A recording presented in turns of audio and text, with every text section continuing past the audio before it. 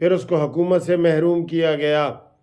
ہم تو یہ کہہ رہے ہیں کہ جیسے یہ طنز کہہ رہے ہیں نا کہ جناب پیپلز پارٹی والے اور عمران خان والے کے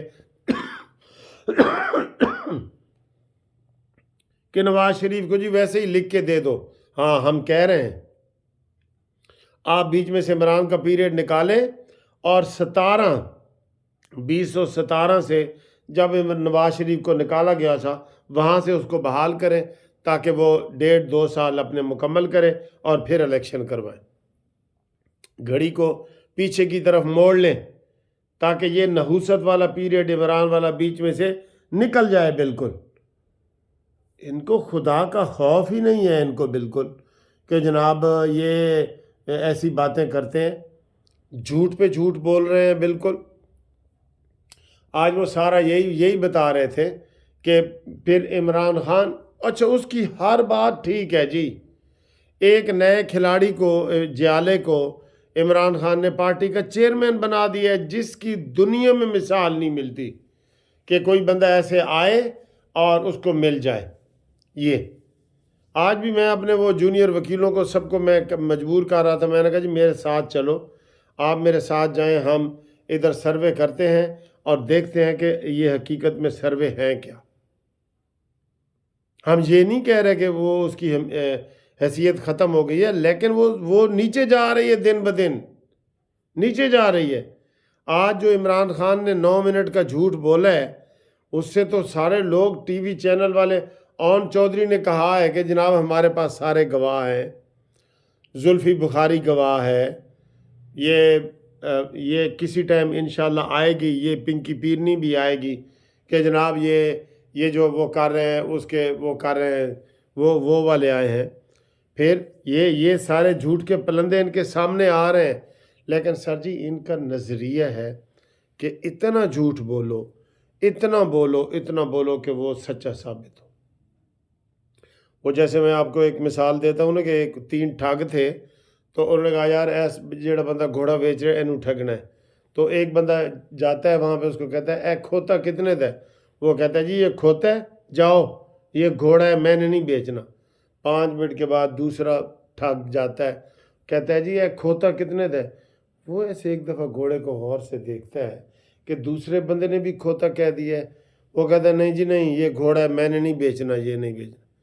جب تیسرا جاتا ہے نا، وہ کہتا ہے جی اے کھوتا کتنے دا ہے، تو اس کو بھی یقین ہو جاتا ہے کہ یہ کھوتا ہے، اور واقعی یہ عمران ہی کھوتا کھوتے کی مثال آ جاتی ہے تو وہ اس کے اوپر فٹ بھی ہو جاتی ہے۔ یہ اس طرح کے یہ کاروبار یہ کر رہے ہیں، ہر چیز ساڑا کہاں چٹا ہے جی، انہوں دا کہاں چٹا ہے، تو وہ چٹا کر دیتے ہیں، وہ کہتے ہیں چٹا ہے جی، عمران بھی کہہ رہا ہے چٹا، یہ جناب فواد چودھری بھی کہہ رہا ہے چٹا، جنگیر ترین بھی کہہ رہا ہے چٹا، تو یہ مراد سعید بھی کہہ رہا ہے چٹا۔ مراد سعید گیا کتے شیدہ ٹلی، مراد سعید جو کہتے تھے ہم اپنی جان کی بازی لگا دیں گے، کہاں ہے یہ فراڈی ہے، دھوکے باز؟ اور وہ چرس کی فیکٹری لگانے والا شہریار افریدی، اور وہ بم سے لوگوں کو اڑانے والا امین گنڈا پوری، اور وہ حماد اظہر، اور یہ سارے کہاں ہیں؟ کہاں مر گئے ہیں؟ نکلے نا قیادت کے لیے۔ ابھی وہ کہہ رہا تھا پیپلز پارٹی والا ایک ادھر کہ جی بے نظیر شہید ہوئی، کوئی پیپلز پارٹی نہیں ٹوٹی، ذوالفقار علی بھٹو کو پھانسی چڑھایا گیا، کوئی پیپلز پارٹی نہیں ٹوٹی۔ تو یہ ذرا ہمت سے کام لیتے نا، یہ ہمت سے کام لیتے۔